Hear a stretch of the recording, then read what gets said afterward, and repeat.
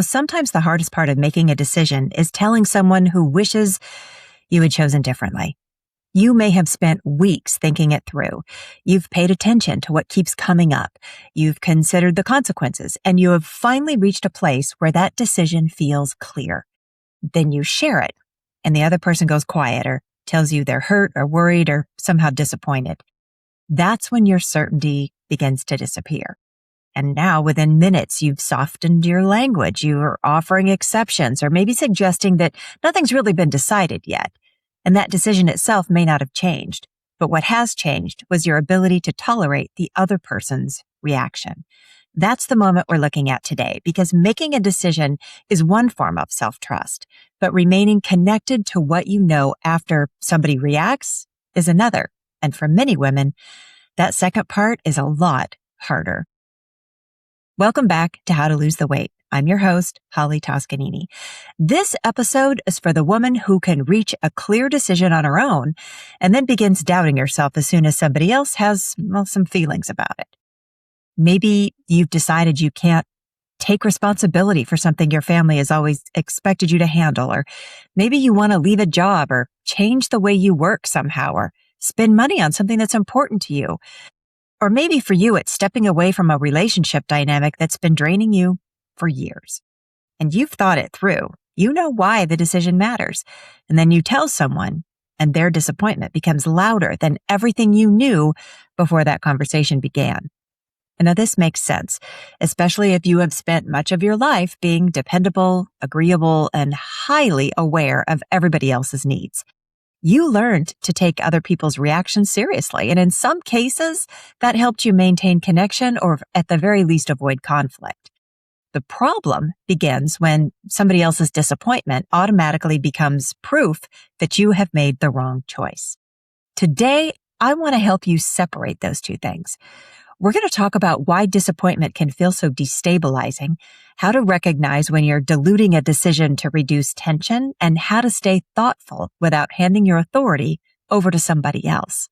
See, this isn't about dismissing the people you love. It's about remembering that their feelings matter without allowing those feelings to make every important decision for you.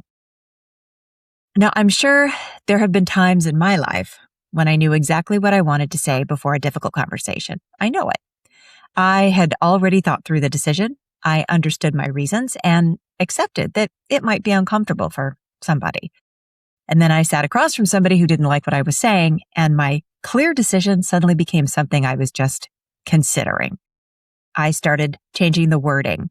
I added unnecessary explanations. I offered compromises before the other person had even asked me to. I told myself I was being thoughtful, but often I was trying to relieve the discomfort as quickly as possible. I didn't want to upset anybody. You might recognize this pattern in yourself. You decide you aren't hosting the family gathering this year, and then someone sounds disappointed and you offer to host, just part of it. Prepare most of the food or manage the planning, but from a distance. Now, technically, you're no longer hosting. In reality, you've kept most of the responsibility. Or you decide you need to make a change at work. Someone you trust becomes anxious about the risks, and you immediately move your timeline back 6 months, then another 6, and then eventually waiting starts to look like careful planning, even though nothing meaningful has ever changed. This is how women often abandon decisions they've already made. It rarely happens all at once. The decision gets diluted through small adjustments until the original need is almost impossible to recognize. The immediate tension decreases, which feels like relief, but the original problem remains, which is why that same decision keeps coming back. Now let's talk about why disappointment can feel so powerful. Because if you were rewarded for being helpful or easygoing or emotionally available, another person's disappointment may feel much bigger than it appears from the outside. It can bring up fears that you're going to be judged or misunderstood or seen as selfish.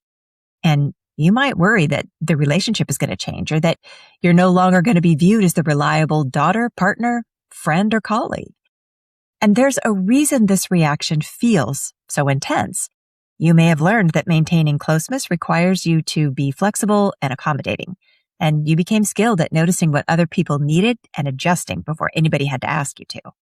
And that was a useful strategy in some parts of your life. It may have helped you avoid conflict or keep your relationships stable. But it can also make it difficult to know where consideration ends and self-abandonment begins. When someone is disappointed, your attention immediately moves towards them. You start thinking about how to explain the decision better, how to make it easier for them, and how quickly you can restore the relationship back to the way it was, right? Back to normal. Meanwhile, the tensions are still there, and the reasons you made the decision receives less and less attention. This is the pattern to notice. Their reaction may be important, but it doesn't erase what led you to the decision in the first place. You see, disappointment and harm are not the same thing. And one of the most useful distinctions you can make is the difference between disappointing somebody and hurting them. A person may feel disappointed because the decision you made changes an arrangement they preferred. They may have to adjust their expectations or take on some more responsibility, or maybe just accept that you're no longer willing to play the same role. And that may be difficult for them, but it may also be necessary. Your adult child can be disappointed that you're no longer available every weekend. A friend can be disappointed that you can't take the trip. Your partner can even feel unsettled by a change you want to make in a life that had become so predictable. You can acknowledge those feelings and still remain clear about what you need. And this is where a lot of women get pulled back into that waiting cycle. They believe that being caring means preventing the people they love from ever feeling disappointed in them. That's an impossible standard. Relationships involve separate people with different needs and limits and priorities. And sometimes your decision is going to create an outcome somebody else would not have chosen. That doesn't automatically make the decision unkind. It means the decision affects more than one person, which is why it deserves care, honest communication, and sometimes practical planning. It doesn't mean your needs disappear. Now, another person's response can contain valuable information. You may have overlooked a practical consequence or maybe made an assumption that needs to be reconsidered. The challenge is learning to distinguish new information from discomfort. So suppose you've decided to reduce your work hours and your partner points out that the household budget won't cover a specific expense if your income changes at all. That's information. It deserves a closer look and it may affect the timing or structure of your decision. Now imagine your partner says, "I don't understand why you can't keep doing what you've always done." Now that statement tells you something different about the relationship and the reaction that they had to change. It may reflect fear or disappointment or a preference for just the current arrangement. And it deserves a conversation, but it doesn't automatically mean your decision is wrong. The same distinction applies in family relationships. A sibling may raise a genuine caregiving problem that needs to be solved. And that may also resist your decision because the current system has depended on you carrying more than your share. Now, both responses matter, but they don't require the same action. Practical information may lead you to revise part of the plan. Somebody else's discomfort may require empathy and a little time, but neither requires you to immediately give up what you know to be sure for yourself. Now, after an important decision, there's often another choice waiting for you. The first is deciding what you need to do. The second is deciding whether you'll remain connected to that choice when somebody else reacts. Now, that second decision may need to be made more than once.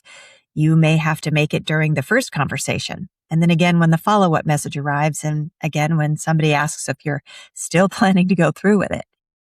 And this is where self-trust becomes visible. You see, self-trust isn't only the confidence you feel while thinking alone. It shows up in what you do when somebody else prefers a different answer. Do you immediately reopen everything because the conversation became uncomfortable? I don't know. Do you start treating their feelings as instructions, or can you listen, take in what matters, and still remember why you came to the decision you did? This takes practice.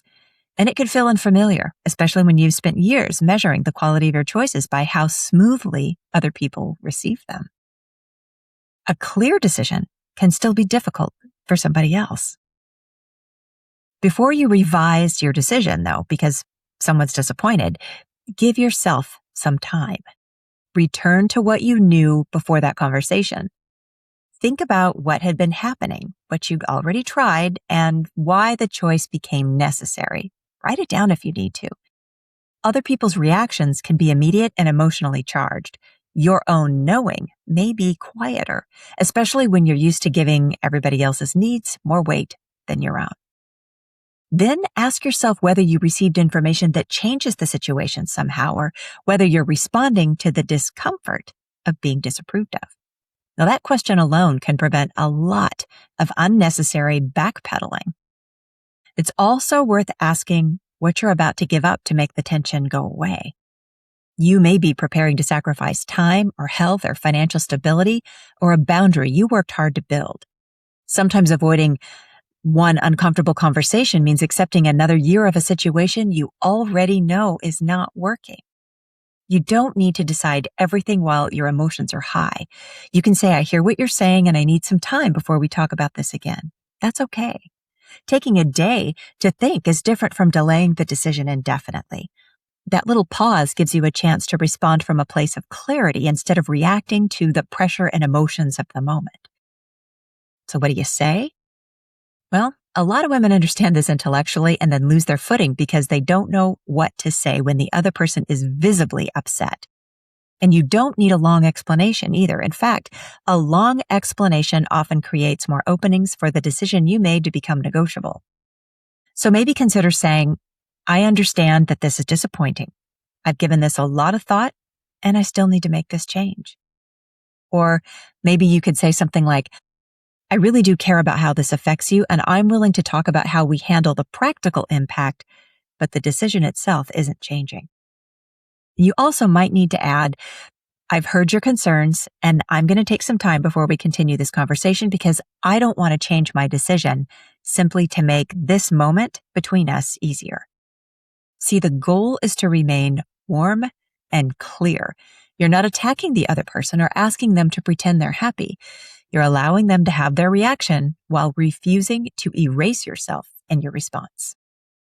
So what do you do when the relationship feels like it's at risk? Because sometimes the fear is bigger than the ordinary disappointment. You may worry that the person is going to withdraw or punish you with silence, which is the worst, or see you differently. You may also suspect that the relationship has remained stable because you've always been the one who makes the adjustment. And that is important information. If a relationship only works while you ignore what you know, carry more than your share, or avoid making choices that inconvenience somebody else, that decision didn't create the problem. It just brought that arrangement into clearer view. See, people sometimes need time to adjust. Their first reaction may soften once they've had a chance to process the change for a while. Relationships can adapt when both people are willing to participate honestly. But you cannot build self-trust while you're repeatedly teaching yourself that connection depends on abandoning your own needs. If your situation involves threats, coercion, intimidation, or concerns about your physical or financial safety, please get support before trying to hold a difficult conversation on your own. Safety planning and professional guidance absolutely matter. And for many women, though, the central challenge is learning that another person's disappointment is uncomfortable without being impossible to survive. You can tolerate it. So can they. So I've had to accept that I can make a thoughtful decision and still be misunderstood. It happens. For a long time, I believed that if I explained myself well enough, the other person would eventually agree with me. Their agreement would confirm that I'd made the right choice.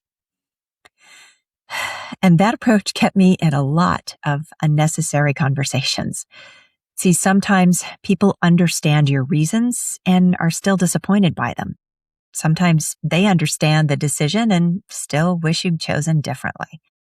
And sometimes they need to believe you're wrong because accepting your decision would require them to change too. You don't have complete control over how somebody interprets the decisions you make or the choices you make for yourself. At some point, you have to decide whether being understood is a requirement for being honest. And that's been difficult for me. I prefer approval. Most of us do. Approval is pleasant and it feels, well, good. It can't be the only condition under which I'm willing to trust myself, though. And it can't be the condition you keep waiting for either. So let's talk about your practice this week, okay? Think of one decision you've made or almost made that you kept reopening or revisiting because somebody else might be disappointed. I'd like you to choose something specific. It doesn't have to be the biggest decision in your life, but it does need to be something specific. Write down what you knew before anybody reacted, and then name what you're afraid their disappointment is going to mean about you. Do you fear being seen as selfish or irresponsible or ungrateful or difficult? Next, notice where you're tempted to dilute the decision. Maybe you're changing the timeline or taking back part of a responsibility, or maybe you're offering to compromise that leaves you with almost the same problem you had when you started. Now give yourself 24 hours before making any other adjustments. And during that time, let the decision just sit where it is. Let the other person process what they've heard. Notice the urge to rush in and make everything comfortable again, but don't act on it. You might just discover that the decision was never the confusing part. The difficult or confusing part was allowing someone else to be disappointed and staying connected to yourself anyway. So, my friends, another person's disappointment does not automatically mean you made the wrong decision. It may simply mean the decision has consequences or that a familiar relationship or pattern is changing. It may also mean somebody benefited from the arrangement you're just no longer willing to maintain. You can take their reaction seriously without allowing it to decide for you. This is the work of self-trust, listening, considering the impact, and remaining honest about what you need, even when the response isn't the one you hoped for. So I'd like you to complete this sentence. Fill in the blank. I know I need to, fill in the blank, but I keep revisiting the decision when blank is disappointed. Leave your answer in the comment below or send me a message. You don't need to include names or private details.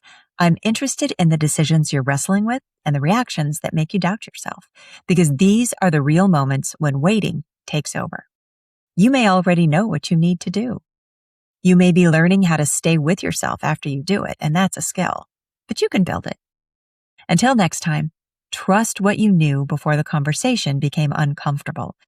And remember, there's nothing left to wait for. Until next time, bye for now.